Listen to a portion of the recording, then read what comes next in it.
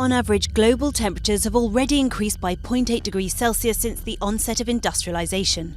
The concentration of greenhouse gases in the atmosphere is at its highest level for at least 800,000 years. Depending on how we manage future emissions, thermometers could climb by another 5 degrees by 2100, which would have a devastating impact on life on Earth. Even in the most optimistic scenarios, the acceleration of global warming threatens available resources of drinking water and food security for millions of people. Production of the world's 4 major food crops, wheat, maize, rice and soybean, will be reduced, and yet by 2050 food production will need to be doubled to feed the 9 billion people populating the planet.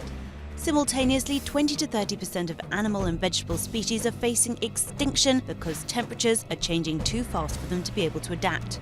Sea level is predicted to rise between 26 and 98 centimeters by the end of the century due to melting glaciers and thermal expansion of ocean water. This is likely to trigger large-scale migrations of people around the world currently living in low-lying river deltas.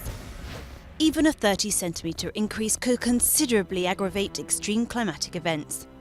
Freshwater reserves held in glaciers will become scarcer and river flow will diminish, leading to a knock-on effect on hydroelectric production and agriculture.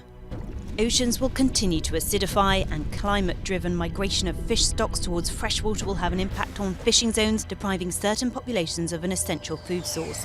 The cumulative effects of global warming will also exacerbate violent conflicts in certain countries over territorial water supplies.